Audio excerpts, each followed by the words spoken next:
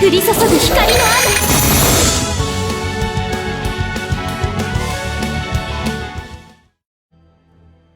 Hello guys, it's Shark talking, and well, we're back for another video. This one is a very good video because we're talking about good stuff. Who doesn't want to hear about good stuff? Well, I always like to hear about good stuff, and well, for starters, we need to click on notice because the developers gave some notice about the upcoming event, the Final Fantasy Dimensions collaboration.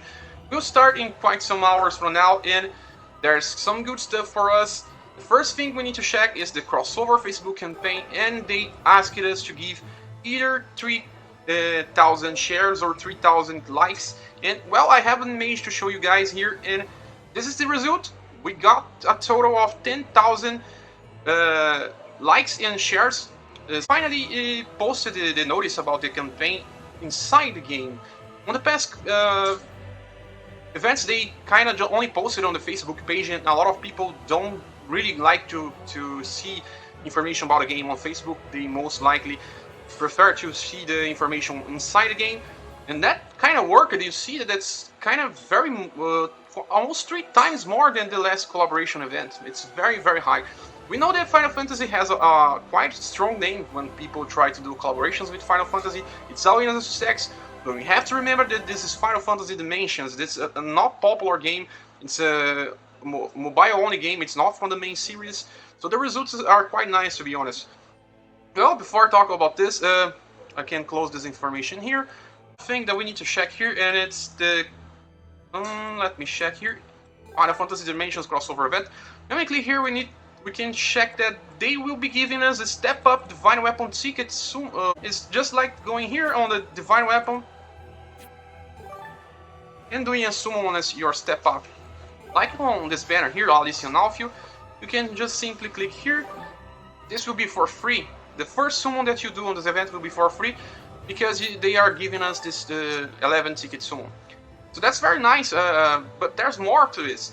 Let's just get back to the notice. Click on the crossover event. And yeah, besides this, we'll be getting the emo character by clearing the first stage, and then her orb will be given straight to our gift box because of the collaboration. And there's a lot of stages here, and the rewards are 50 gems this time. A lot of events are only 20 or 30 gems. That's kind of good. And the shop is very, very nice. We see that the guitars branch from the shop we can get it's 10. In Japan, this was not that high, never was the high. I got information from Japanese players that you kind of need to farm a whole amount of the game, counting more than one event, to get enough Agdrizer bench for +1 attack. So by just this event we can get enough to increase the number of attacks of our characters. This is quite nice. They also given us 2 silver bangles. This is very nice as well, Awakening Ember. And the most important thing is the Mog Rod Staff. Yeah, this Mog Rod Staff was not free on Japan. You had to actually summon for it, and it gives more status if you're using it with emo. And also they say that we can get one from quests and another 4 from the shop, so we can max this weapon by 3. This is very nice because we already got the Dark Bow from the past Valhalla South, and this is yet another free weapon that we can max. This is a good step in the right direction. The developers are giving a lot of free stuff for us. And there's this emo memory here, and also some 5-star weapons. There's 2 ways of getting this emo memory because, well, this time we can soul sublimation our characters, and this will need 2 times to use bucks, and this is just then making it easier for us. We still need to use the Rainbow 5 buck to get to level 99, but this is enough. But well, need to click here Valkyrie Alicia and Elle step up Divine Weapon. Well, besides the collaboration, they also announced that we will be getting a new banner, and this new banner is Valkyrie Alicia. Yes, this very important character is being released on this event, and she's very strong.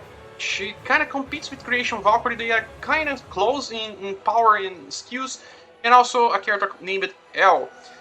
And well, the 2 characters are good. Of course, Valkyrie Alicia is way better than Elle, but Elle is not a bad character, but also kind of complicated to use because she's a tank that can't draw aggro.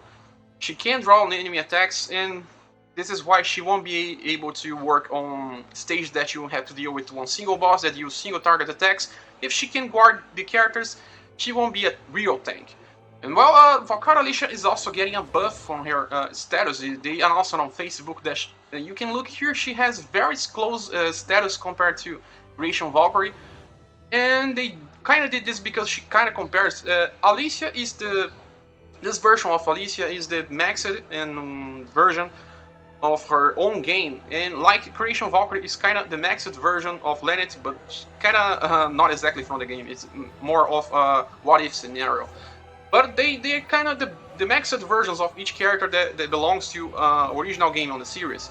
So that's why she's kind of, what can I say, one of the most impactful type of characters for people that want to summon, because a lot of people like Alicia, and the good thing is that she's a very good character. She has a very unique buff from the Destiny Rain passive skill that increases both attack and defense of all allies. All allies, that's right guys. Her own skills are kind of better than Creation Valkyrie. So if you compare here, she is better, but not always. But they kind of compete for the same slot because they also both use great swords. But you can still use the two together if you have the more than one great sword. Okay, and that's it. That's the information that we have. But besides this, well, on the shop we can check that there's this Mog Rod staff. This Mog Rod staff is has the head of the Mog on the top of this rod, and you can also farm this to the max. You can get 4 from the shop and 1 drops from the stage here. I believe it's from the second one, and you can just max it to the. It will be a very strong weapon for Aimo, but also for any character that you can equip. If you're using it with Aimo, there's a passive that's very unique that increases even more the status when used by Aimo.